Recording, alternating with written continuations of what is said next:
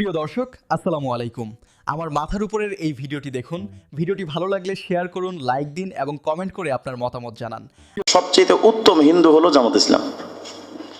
আবার যখন বৌদ্ধদের অনুষ্ঠান হয়, সবচেয়ে বৌদ্ধের খাঁটি অনুসারী হলো জামাত ইসলাম। আবার যখন খ্রিস্টানরা জামাতের সাথে দেখা যায়, একেবারে পাক্কা খ্রিস্টান হলো জামাত ইসলাম। আবার যখন মসজিদে যায়, একেবারে হাসান বসরি। তার মানে রহমান ভি খুশ হো, শয়তান ভি নারাজ না হো।